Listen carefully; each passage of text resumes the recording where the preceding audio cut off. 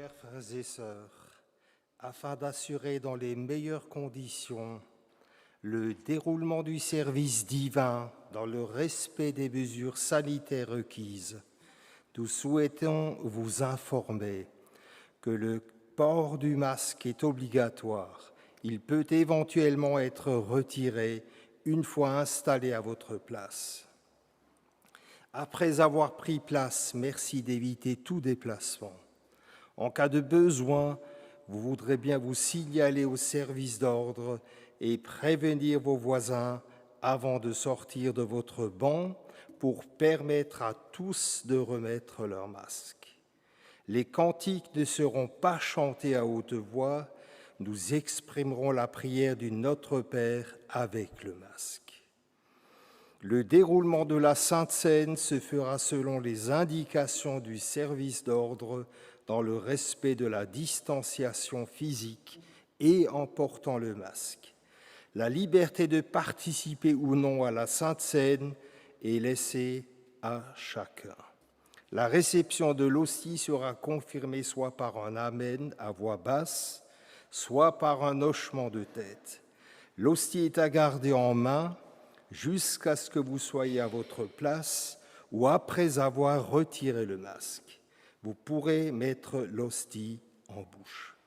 On renoncera à chanter l'amen qui suit la bénédiction finale.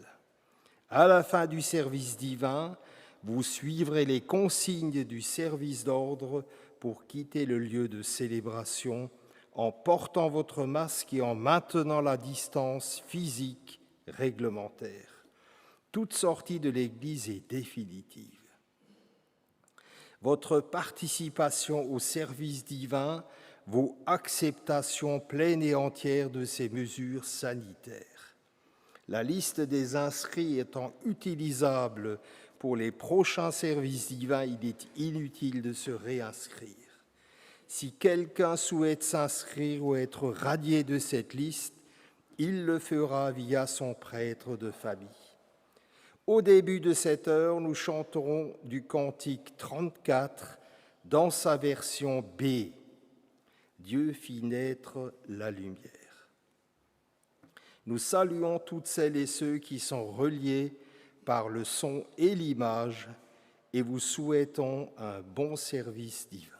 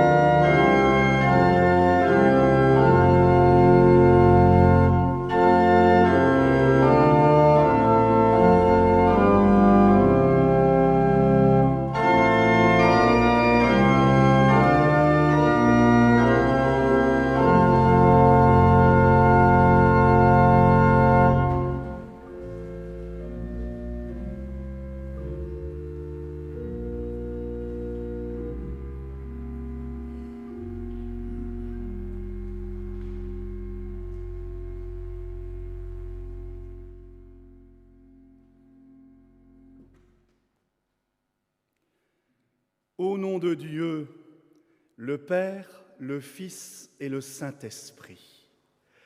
Dieu Tout-Puissant, Dieu d'amour, bon Père céleste, en ce nouveau dimanche, nous nous présentons devant toi. Et ensemble, nous voulons te louer, nous voulons te glorifier, nous voulons t'adorer. Voilà comment nous voulons venir à toi. Nous voulons ensemble élever ton saint nom. Mais nous nous approchons aussi de toi, notre Père. Nous nous approchons de toi avec nos sentiments et nos pensées. Tout d'abord, nous voulons t'exprimer toute la reconnaissance de notre cœur parce que nous avons conscience dans la relation qui est la nôtre, combien tu es présent, combien tu nous aides, tu nous soutiens, tu nous encourages, tu nous protèges, tu nous fortifies, tu nous consoles. Tu apportes même là où c'est possible la guérison. Pour tout ce que tu nous accordes par amour et par grâce, ensemble, nous voulons te dire merci. Mais nous voulons aussi remettre entre tes mains ce qui nous charge, ce qui nous préoccupe, nos incertitudes, nos questions. Éternel, nous voulons nous libérer, nous décharger de tout cela ce matin ici dans ta maison ou dans notre maison, sur notre lieu de vacances, parce que nous sommes connectés ensemble à ce service divin. Nous voulons profiter de cette prière commune pour pouvoir décharger toutes choses entre tes mains, afin que nous puissions libérer notre cœur, notre âme, notre esprit, afin que nous puissions faire de la place et t'accorder la place qui te revient, c'est-à-dire la première. Éternel, nous ne voulons pas seulement nous centrer sur nous-mêmes, mais nous voulons aussi penser aux autres. Penser à notre frère, penser à notre sœur, penser à notre prochain. Nous voyons ça et là des situations difficiles, des situations compliquées, des situations dramatiques. Et nous voulons intercéder pour chacun, qu'il le ressente, que ce matin nous sommes unis et que de cette communion ressort une force, de cette prière, qu'elle touche le cœur de chacun. Ensemble, nous voulons nous unir aux apôtres, à notre apôtre patriarche, à tous les serviteurs. Ensemble, nous voulons nous unir à ceux qui nous ont devancés. Éternel, que cette communion soit belle, qu'elle soit une source d'élévation, qu'elle nous permette de te vivre en cette matinée. Accorde au-delà de toutes nos pensées, de toutes nos prières. Et s'il te plaît, exauce-nous au nom de Jésus. Amen. Pour ce service divin, je nous fais lecture d'une parole que nous trouvons écrite dans la première épître de Jean, au 5e chapitre, les 7e et 8e versets. Car il y en a 3 qui rendent témoignage, l'esprit, l'eau et le sang. Et les 3 sont d'accord jusqu'ici.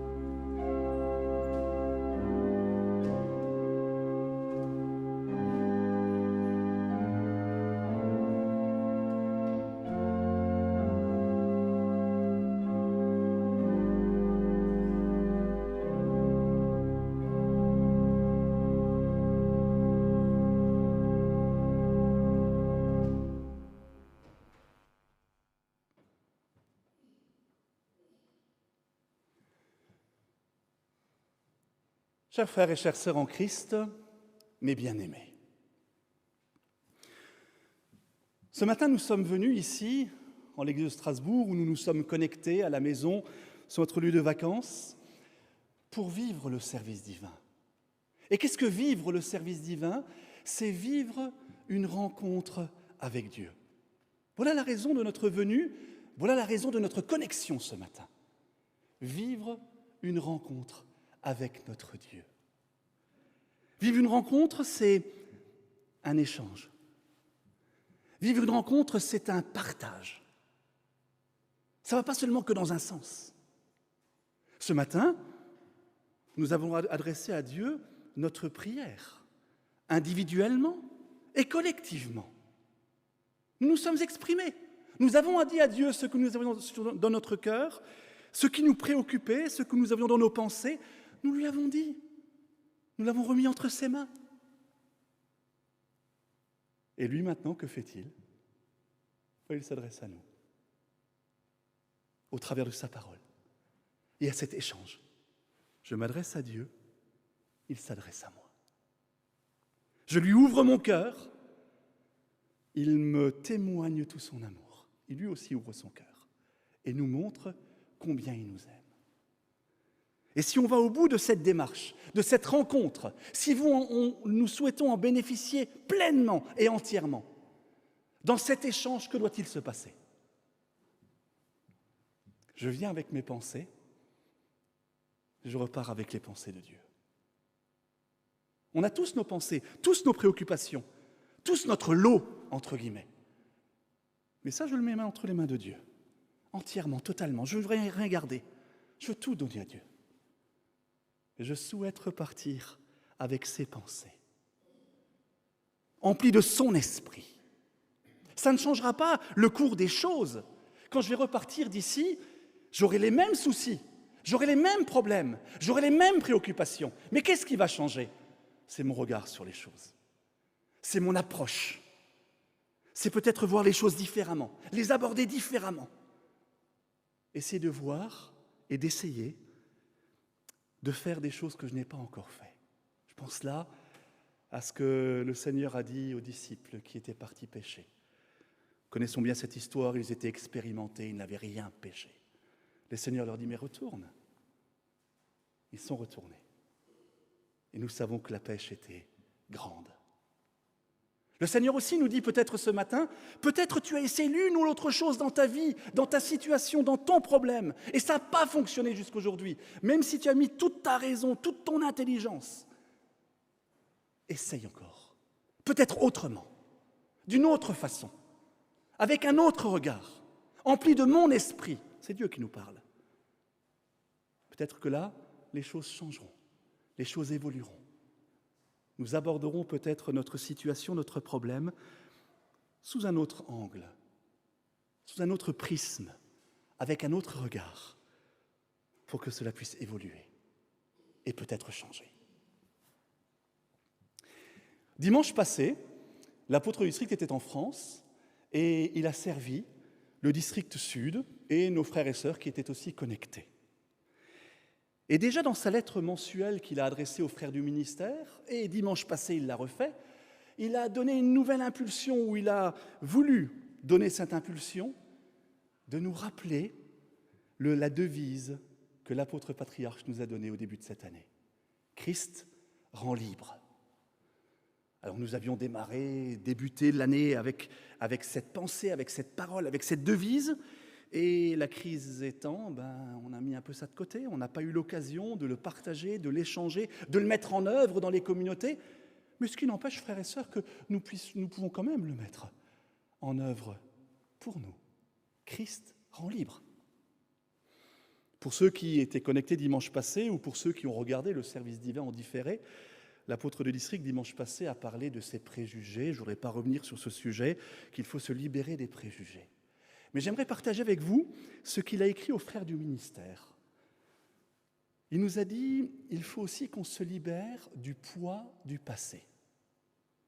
C'est aussi quelque chose pour lequel il faut qu'on se libère. Il a donné une image qui peut nous parler. Il dit, dans le passé, il y avait des décharges publiques. Moi, personnellement, j'en ai plus beaucoup connu, mais par le passé, il y avait des décharges publiques où on mettait tous les déchets, sans regarder s'ils étaient toxiques, pas toxiques, et comment ça pouvait être traité. Voilà, on mettait ça là, puis après on couvrait de terre, puis on passait à autre chose. Et ces terrains-là, avec le temps, ont même été vendus. Des gens sont devenus propriétaires de ces terrains. Ils ont construit une maison sur ces terrains. Ils y ont mis du temps, de l'énergie, de l'argent. Et le temps faisant, ils se sont rendus compte qu'il y a quelque chose qui ne va pas. Mon terrain, il est contaminé. Et pour certains, à l'extrême, ils ont même dû quitter leur maison. Ils ne pouvaient plus rester sur le terrain qu'ils avaient acquis et rester dans la maison qu'ils avaient construite. Terrible. Et là, l'apôtre de district fait un parallèle en disant que dans nos familles ou dans nos communautés, il peut en être de même. On a là eu peut-être des injustices, des conflits, des blessures. Et puis on a mis ça un peu de côté. On l'a un peu couvert. Puis on s'est dit, le temps fera son affaire. Et force est de constater que le temps n'a pas fait son affaire. Que de temps à autre, ça ressort. Que de temps à autre, ça revient à la surface. Que de temps à autre, ça nous fait encore mal. Et ça nuit à nos relations. On le voit dans l'une autre famille, dans l'une autre communauté. Des choses anciennes, des choses passées, que certains ont oubliées, mais qui sont encore très présentes et très vivantes pour d'autres. Et l'apôtre de district nous invite, au travers de la devise de cette année, Christ nous libère, de nous libérer du poids du passé. Comment ? Christ nous montre l'exemple. Nous connaissons très bien l'histoire où Pierre a renié le Seigneur et le Seigneur revient à lui. C'était un passé tout à fait récent. Mais le Seigneur, il n'a pas cherché à comprendre le pourquoi du comment auprès de Pierre. Il a simplement demandé, Pierre, m'aimes-tu ? Il a sondé, est-ce que l'amour est encore là, Pierre ? Pierre lui a confirmé. Qu'a fait le Seigneur ? Quelque chose qui sort de la façon de faire des hommes. Il a été capable de faire confiance à Pierre qu'il avait renié quelque temps avant. Quand on y réfléchit, on se dit, à la place du Seigneur, est-ce que j'aurais eu ce même élan, cette même capacité d'effacer, d'oublier, de se libérer du poids du passé et faire confiance et donner une grande mission à Pierre. Un autre exemple nous est donné de l'apôtre de district, les premiers chrétiens. Ils se sont aussi libérés du poids du passé envers Paul, l'apôtre. Nous savons que l'histoire de Paul n'était pas seulement l'histoire d'un apôtre. Il ne faisait pas partie des premiers disciples qui ont suivi le Seigneur. Il a été persécuteur des chrétiens. Il faisait partie de ceux qui ont encouragé la lapidation d'Étienne. Le Seigneur le rencontre sur le chemin de Damas. Tout change, nous connaissons tout cela. Pas besoin de revenir sur le sujet. Et maintenant, les premiers chrétiens, ils accueillent l'apôtre Paul, qui était pour eux un persécuteur. Il a fallu se libérer du poids du passé. Il a fallu accepter que celui qui a persécuté les chrétiens et qui a encouragé la mort d'un des leurs, d'un diacre, accepter que lui maintenant soit un envoyé de Jésus. Et qu'il est là pour nous accompagner, pour nous préparer pour le retour de Jésus. Frères et sœurs, les premiers chrétiens se sont libérés du poids du passé. L'apôtre de district nous invite. Libérons-nous. Affranchissons-nous du poids du passé si celui-ci nous cause des problèmes dans nos relations, dans notre vie, dans notre communion. Le poids du passé peut nuire à la communion, frères et sœurs. Puissions-nous nous libérer, nous affranchir de ce poids pour que notre communion, au sein de nos familles, mais aussi au sein de la communauté, soit plus belle, soit plus intense. Permettez-moi de le dire ainsi, frères et sœurs, que le Seigneur se sente à l'aise dans notre milieu, parce que nous nous sommes affranchis du poids du passé. Nous avons une parole pour ce matin, parole de l'apôtre Jean qui s'adresse aux chrétiens, à jeune Église de Christ, et qui se cherche un peu. Et là, il y a des courants dans cette Église, il y a dans cette communauté. Oui, ils ont reçu l'enseignement du Seigneur, ils reçoivent l'enseignement des apôtres, mais il y a de ceux qui suivent et de ceux qui ne suivent pas. Il y a de ceux qui veulent peut-être à un moment orienter les choses. Et là, certains disent, mais le Seigneur, sa mort, ce n'est pas vraiment utile et indispensable et si important que ça pour le salut. Et l'apôtre Jean prend connaissance de tout cela. Et c'est pour cela qu'il insiste sur ce côté indispensable du Seigneur pour le salut. Il explique à cette jeune communauté, à cette jeune Église, combien Christ est important et indispensable. Il leur explique que Christ, c'était un homme, certes, mais c'était aussi Dieu. C'était un homme. Il a eu soif, il a eu faim. Aux noces de Cana, il s'est réjoui avec les disciples et sa mère qui était présente. Quand Lazare est mort, il a pleuré. Il a tous les sentiments qui peuvent être les nôtres. Tout ce que nous ressentons, il l'a ressenti. C'était un homme. Mais c'était aussi un vrai Dieu. N'a-t-il pas dit, moi et mon Père, nous sommes un? Voilà, le Seigneur, vrai homme, vrai Dieu. Pour certains de cette jeune Église, ils ne voyaient là que l'homme et pas Dieu. Frères et sœurs, nous savons que Christ doit être au centre de son Église, au centre de notre vie de foi, qu'il est à l'origine des sacrements dont on va parler tout à l'heure, qui nous permettent d'accéder à notre salut. Voilà pourquoi le Seigneur est important, est indispensable dans la démarche qui est la nôtre d'accéder au salut. Le Seigneur est venu, et entre autres, dans la parole de ce matin, il est question d'eau, il est question de sang. Ce sont des événements qui retracent la vie du Seigneur sur terre. L'eau, le lien avec le baptême du Seigneur, où Dieu s'est manifesté, où il s'est exprimé et a dit « Celui-ci est mon Fils bien-aimé, en qui j'ai mis toute mon affection, écoutez-le ». Voilà le baptême du Seigneur. Le sang, son sacrifice. Il a donné sa vie pour toi, pour moi. Il a pris sur lui le péché de tous les hommes. Et là, il est question du Saint-Esprit. Mais le Saint-Esprit témoigne de cela. L'apôtre patriarche nous le dit régulièrement. Le Saint-Esprit ne parle pas de lui. Le Saint-Esprit, il parle de ce qu'il entend, de ce qu'il voit au trône de Dieu, et il parle du Seigneur. Le Saint-Esprit ici rend témoignage du Seigneur, de sa venue, des événements de sa vie, qui nous permettent aujourd'hui, si nous nous y attachons, si nous y mettons toute notre foi, aussi d'entrevoir, de percevoir, d'avoir cette démarche vers notre salut. Je reprends la parole de ce matin, car il y en a trois qui rendent témoignage, l'esprit, l'eau et le sang. Et les trois sont d'accord. Cette parole fait aussi référence au Saint-Sacrement. L'eau, le sang, le Saint-Esprit. Le baptême, le Saint-Scellé, la Sainte Seine.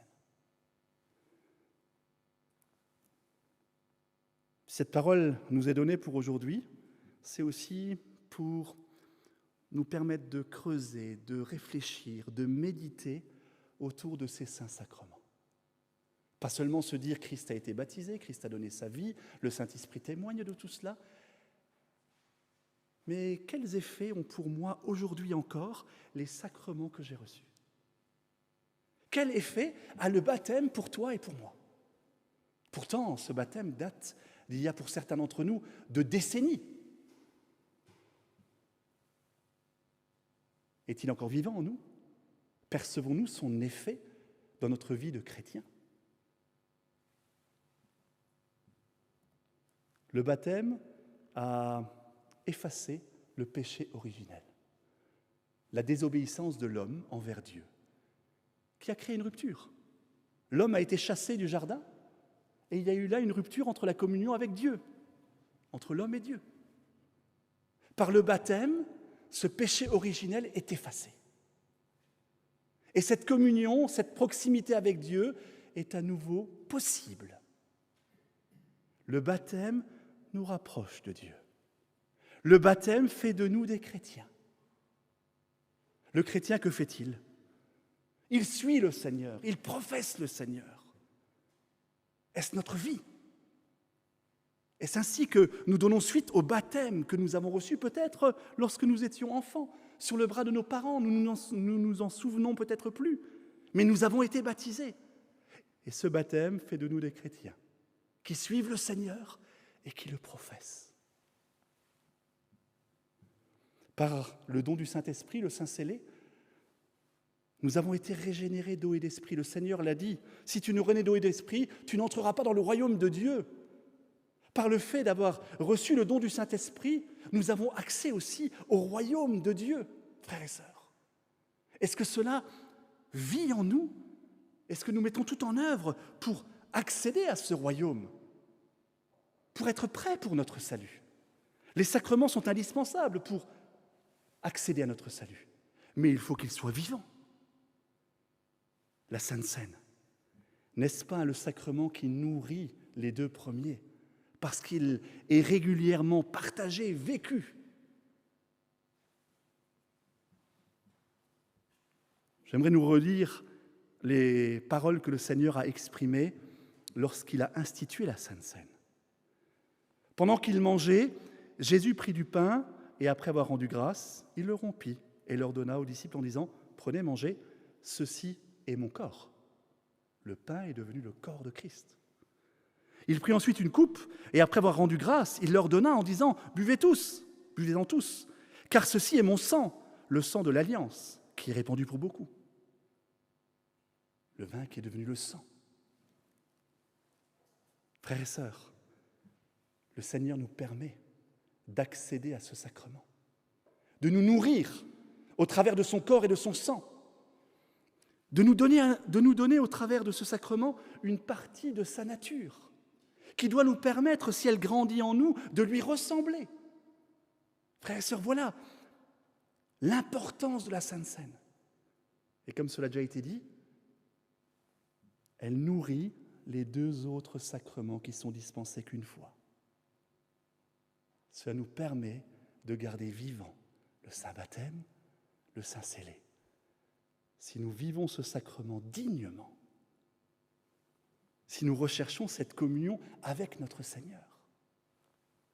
Et ainsi, comme il est dit dans la parole de ce matin, les trois rendent témoignage. Nous aussi, nous voulons rendre témoignage de ces sacrements, de leur utilité, de ce côté indispensable pour accéder au salut, pour accéder au royaume de Dieu. Et ce qui est intéressant dans la parole de ce matin, l'esprit, l'eau et le sang, et les trois sont d'accord. J'ai dû penser à Dieu, Dieu le Père, Dieu le Fils et Dieu le Saint-Esprit. Trois personnes, mais pourtant une seule. Tous d'accord. Les trois sacrements distincts, et pourtant complémentaires, et pourtant unis, et pourtant d'accord. Frères et sœurs, puissions-nous avoir une approche de ces sacrements, qu'elle soit identique pour chacun d'entre eux. Pas seulement la Sainte Seine parce que nous la vivons lors de chaque service divin, mais nous souvenir de notre baptême, nous souvenir de notre Saint-Scellé. Et qu'au travers de ces sacrements, dont Christ est à l'origine, nous puissions entrevoir notre salut. Parce qu'ils sont vivants, parce qu'ils nous guident, parce qu'ils nous montrent le chemin, parce qu'ils nous permettent, s'ils vivent en nous, d'être prêts lorsque Jésus reviendra. Amen. J'invite ce matin votre conducteur, prêtre Karcher, à nous servir. Je crois savoir, ça fait quelque temps que les frères et sœurs de la communauté ne t'ont pas entendu. Ils se réjouiront, pas que d'ailleurs, parce qu'il y a aussi la communauté de ceux qu'on ne voit pas. Je t'invite à nous servir et l'organiste va aussi nous jouer un morceau.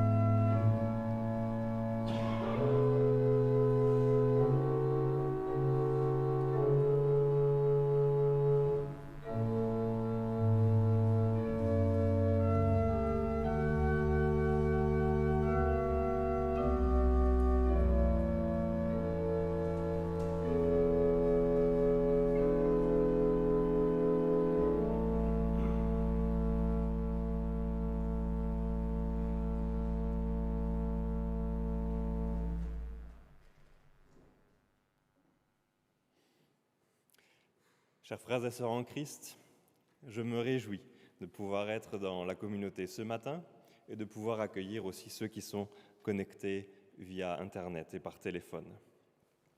Il est question des sacrements ce matin et je souhaiterais également revenir sur le service divin de notre apôtre de district dimanche passé et prendre l'exemple qu'il avait évoqué pour la préparation à la Sainte Seine. J'espère que je ne vole pas une préparation de Sainte Seine déjà.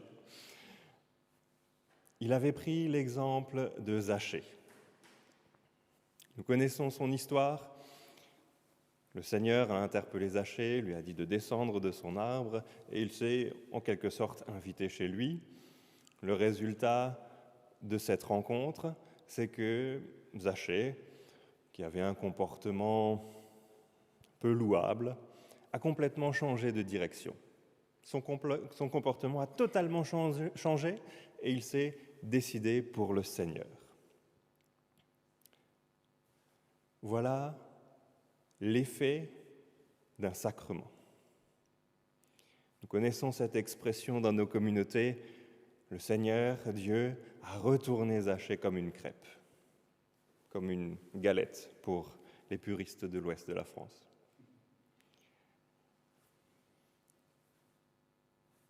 Est-ce que nous utilisons suffisamment de fois cette ressource du sacrement ? Lorsque nous sommes dans nos difficultés, lorsque nous sommes dans une impasse, laissons les sacrements agir en nous pour nous retourner totalement, inverser la situation et nous laisser guider par le Seigneur. L'évangéliste de district l'a mentionné, le baptême d'eau, le cincelet, n'est dispensé qu'une seule fois. Mais par contre, leur effet, on peut s'en servir tous les jours, à chaque instant. Ne négligeons pas cette possibilité. De temps en temps, on se pose la question, comment est-ce que je vais m'en sortir ? Comment est-ce que je dois réagir dans telle ou telle situation ? Et on demande peut-être de l'aide à l'un ou à l'autre, on invoque les prières. Repensons à notre baptême, à ce que cela signifie. Repensons à notre cincelet. Qu'avons-nous promis à notre Dieu à cet instant ? Nous aurons peut-être la réponse à notre problème. Je pense à la confirmation. Il y a une confirmation en ce moment dans le district et c'est la suite des sacrements. Le jeune, la jeune en l'occurrence, prend pour soi ce sacrement du Saint-Baptême, du Saint-Celé, que les parents ont porté jusqu'à présent, et réaffirme, confirme qu'il souhaite suivre le Seigneur. Là aussi, ce n'est pas quelque chose qu'on fait qu'une seule fois. Confirmons notre amour pour le Seigneur chaque jour, dans tout ce que nous faisons, à travers notre comportement. Pour revenir rapidement sur cet exemple de retournement de crêpe, de changement de situation. Je ne sais pas vous, mais je mange rarement mes crêpes nature. Une fois que la situation a changé, une fois qu'une solution se profile, ce n'est pas terminé. On continue. Il faut bien faire cuire les aliments de l'autre côté. Et ensuite, on rajoute la suite. On rajoute tout ce qu'on aime. Mon frère, ma sœur, utilisons l'amour de Dieu qui est transmis à travers les sacrements pour faire évoluer les situations. Et la faisons fructifier, rendons la situation encore plus belle. Rajoutons tout ce que nous avons appris, tout ce que nous avons pu recevoir de l'un ou l'autre, l'amour du prochain, la compréhension, la bienveillance. Un appel aux frères et sœurs de la communauté en particulier. Nous avons eu des naissances ces derniers temps dans la communauté. Quelle grâce! Nous nous réjouissons. Mais ce n'est pas terminé. Les enfants sont là ça ne fait que commencer, pour les parents en particulier, mais aussi pour chacun d'entre nous. Il s'agit maintenant d'accueillir ces enfants et de leur transmettre notre amour pour le Seigneur, leur donner envie de le suivre.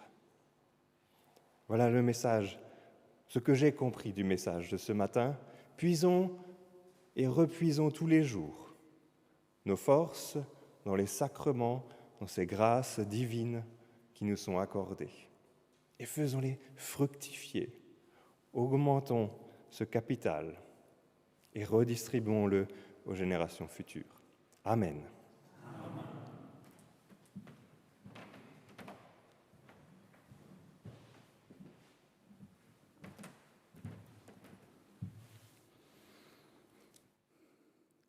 Les sacrements vivent. Comment, concrètement?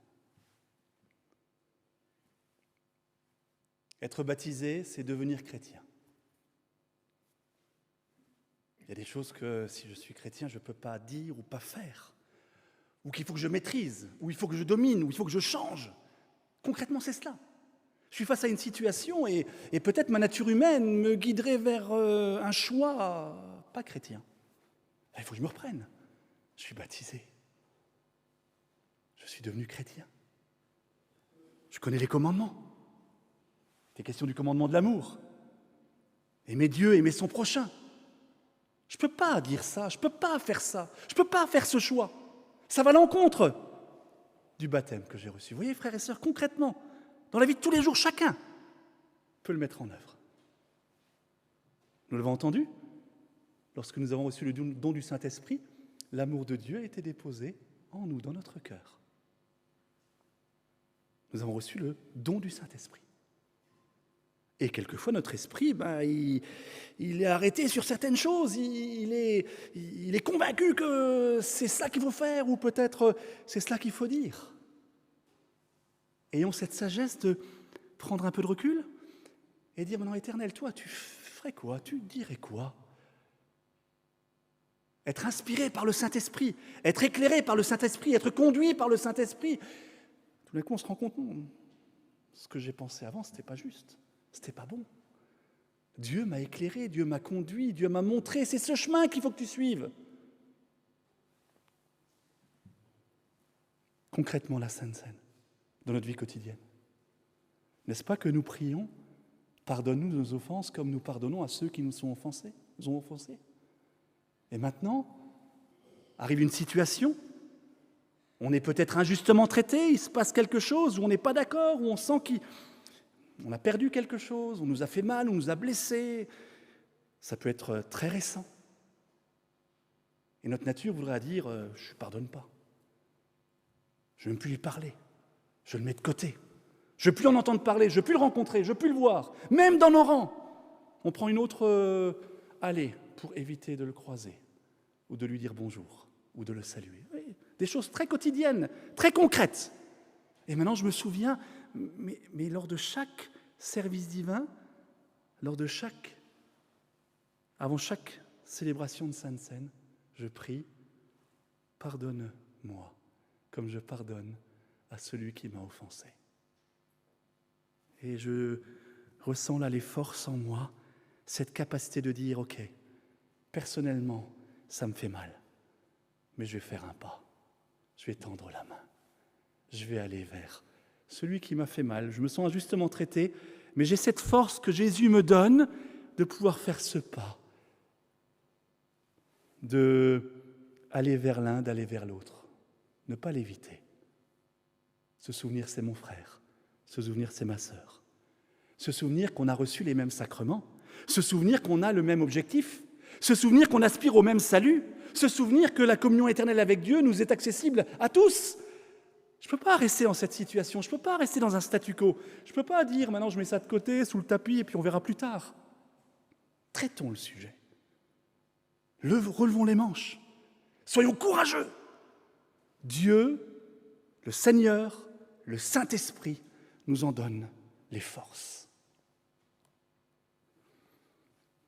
Pour nous préparer pour la Sainte Seine, et rassure-toi, tu n'as pas volé de pensée, c'est lui qui les donne. j'ai relu pour me préparer ce qui est dit de la Sainte Seine. Très important. La Sainte Seine garde les régénérés en communion étroite de vie avec le Seigneur. Frères et sœurs, ça c'est la Sainte Seine. La Sainte Seine garde les régénérés d'eau et d'esprit que nous sommes en communion étroite. C'est pas lointain, c'est très étroit. De vie avec Jésus-Christ. C'est ce qu'il nous a donné de vivre, frères et sœurs. Alors bien sûr, il y a là nos frères et sœurs qui sont connectés et peut-être se disent on aimerait bien vivre ce moment-là.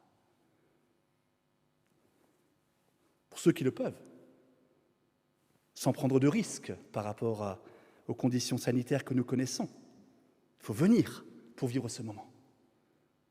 Et pour ceux qui ne le peuvent pas, parce que justement, ils sont prudents, préfèrent être sages, demandez à votre prêtre, à votre conducteur, j'ai aussi besoin de vivre ce moment, la Sainte Seine, pour que cela me garde en communion étroite de vie avec Jésus. Frères et sœurs, puissions-nous vivre maintenant ce moment avec une grande intensité, de façon très personnelle, individuelle. Ce n'est pas le Seigneur qui est au milieu et nous qui sommes là comme une assemblée. C'est le Seigneur qui est en communion avec chacun d'entre nous. C'est cela ce que nous voulons vivre. Pas quelque chose de distant, pas quelque chose d'éloigné, quelque chose de très proche, quelque chose de très intense, où je ressens, Christ, tu es là. Nous sommes en communion de vie ensemble. C'est accessible à tous, frères et sœurs. Tout du moins à ceux qui le demandent, à ceux qui le recherchent, à ceux qui le veulent. Je nous invite maintenant à écouter 2 strophes du cantique numéro 276, la première et la troisième strophe, pour ceux qui souhaitent les lire.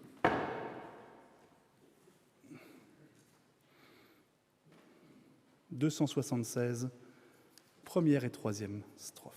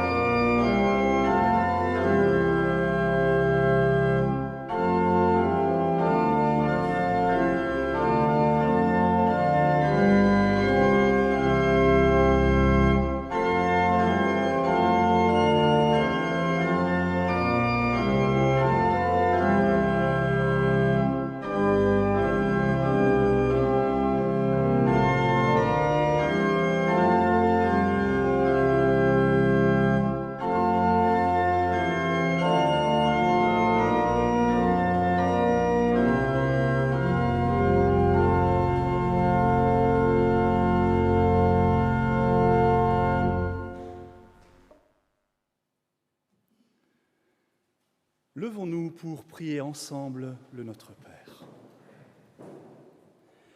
Notre Père qui es aux cieux, que ton nom soit sanctifié, que ton règne vienne, que ta volonté soit faite sur la terre comme au ciel. Donne-nous aujourd'hui notre pain quotidien. Pardonne-nous nos offenses, comme nous pardonnons à ceux qui nous ont offensés. Ne nous induis pas en tentation, mais délivre-nous du mal, car c'est à toi qu'appartiennent dans tous les siècles le règne, la puissance et la gloire. Amen. Selon la mission que j'ai reçue de l'apôtre Momendant, je vous annonce la bonne nouvelle. Au nom de notre Seigneur Jésus-Christ, le Fils du Dieu vivant, vos péchés vous sont pardonnés. La paix du ressuscité soit avec vous. Amen. Seigneur, nous te remercions d'avoir donné ta vie en sacrifice pour que nous puissions vivre ce moment ensemble, le pardon de nos péchés. Nous n'avons aucun mérite, n'avons pas fait une bonne œuvre qui permettrait que nous puissions vivre le pardon de nos péchés. C'est ton sacrifice unique et éternellement valable qui nous permet de pouvoir vivre ce moment. Nous voulons être dignes de recevoir ce pardon, avoir un cœur repentant.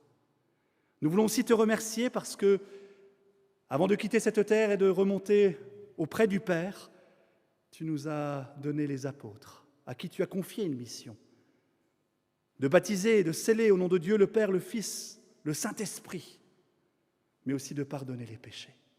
C'est aussi dans la communion, avec le ministère que tu nous as donné, avec tes envoyés, que nous voulons vivre ce sacrement. Exauce-nous. Amen.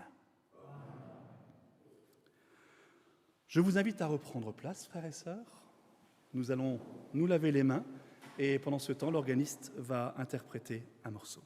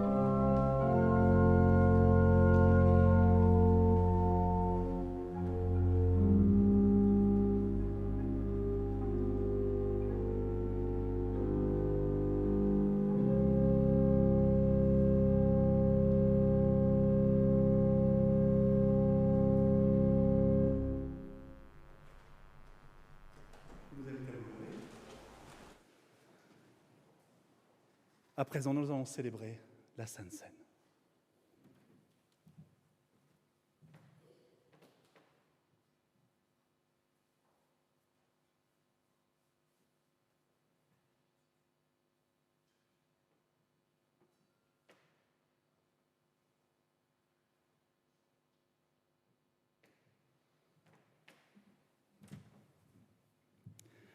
La table du Seigneur est prête. Au nom de Dieu, le Père, le Fils et le Saint-Esprit, je consacre le pain et le vin pour la Sainte Seine. Et j'y dépose le sacrifice unique de Jésus-Christ pleinement valable. Car le Seigneur prit du pain et du vin, rendit grâce et dit : ceci est mon corps qui est donné pour vous. Ceci est mon sang, le sang de la nouvelle alliance, qui est répandu pour beaucoup pour le pardon des péchés. Mangez et buvez. Faites ceci en mémoire de moi. Car toutes les fois que vous mangez ce pain et que vous buvez ce vin, vous annoncez la mort du Seigneur jusqu'à ce qu'il revienne. Amen.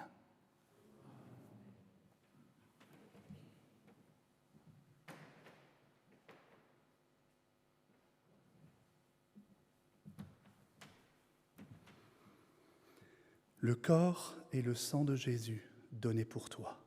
Amen.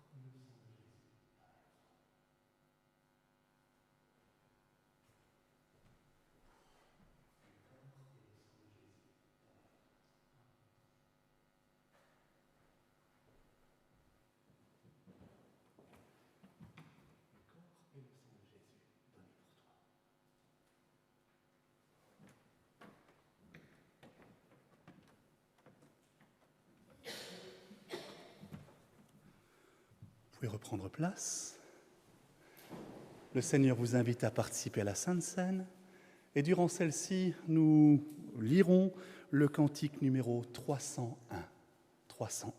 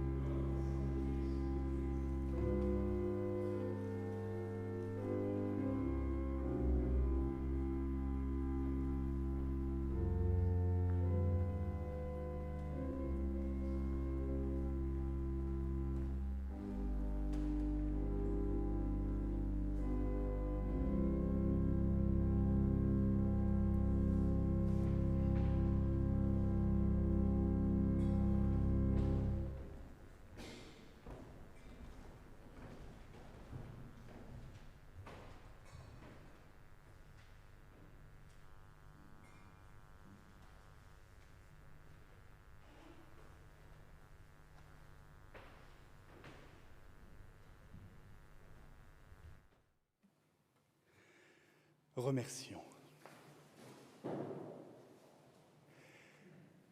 Éternel, à la fin de cette rencontre, de ce partage, de cet échange avec toi, nous voulons tout d'abord te remercier pour tout ce que tu nous as donné.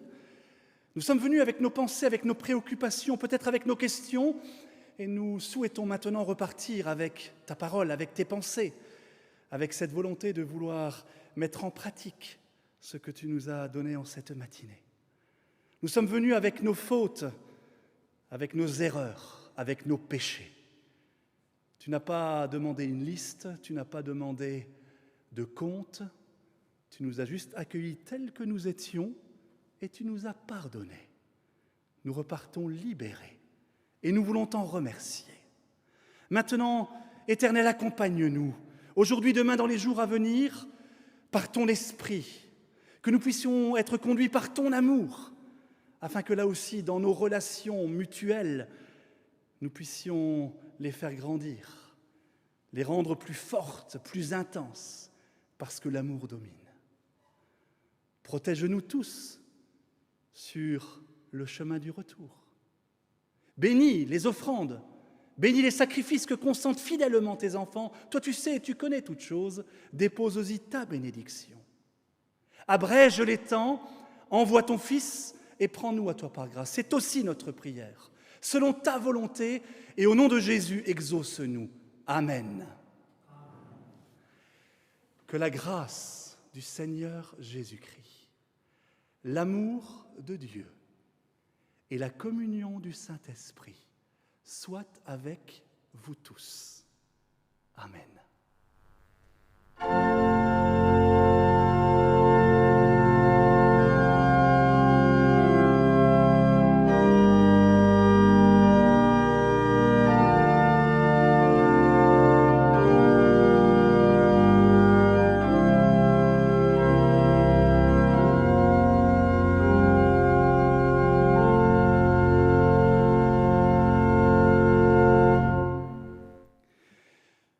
Merci, chers frères et sœurs, ici présents. Merci aussi à vous qui vous êtes connectés, d'avoir participé à ce service divin. Merci pour votre soutien. Il y a un frère qui m'a écrit « Oh, tu es à Strasbourg un peu comme à la maison. » C'est vrai. Mes premiers pas, non. Mes premiers jours de vie, mes premiers mois de vie se sont passés ici, précisément en ce lieu. Ça m'a aussi réjoui de pouvoir revenir aux sources. L'organiste va interpréter un cantique final et puis ensuite nous pourrons quitter l'église. Reprenez place.